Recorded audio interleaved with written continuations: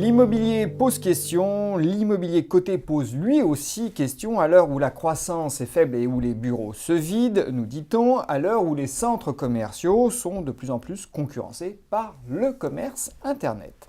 Laurent Goville, bonjour. Bonjour Vincent. Vous êtes un spécialiste de l'immobilier puisque vous gérez le fonds immobilier 21 chez Gestion 21 et que des fonds immobiliers vous en gérez depuis 16 ans, c'est bien ça. Exactement.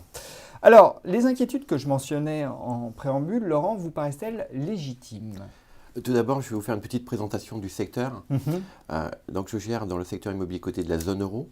C'est 70 valeurs, c'est un patrimoine de 200 milliards d'euros. C'est une capitalisation boursière d'environ 100 milliards. Et il y a 13 000 personnes qui valorisent tous les jours ce patrimoine immobilier. Donc un secteur important. Un secteur important à notre échelle.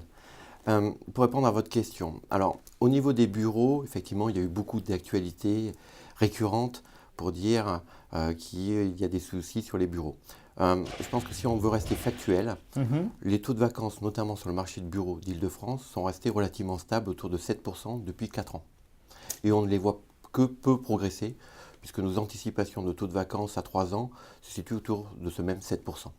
Donc ce n'est pas la catastrophe qu'on nous présente.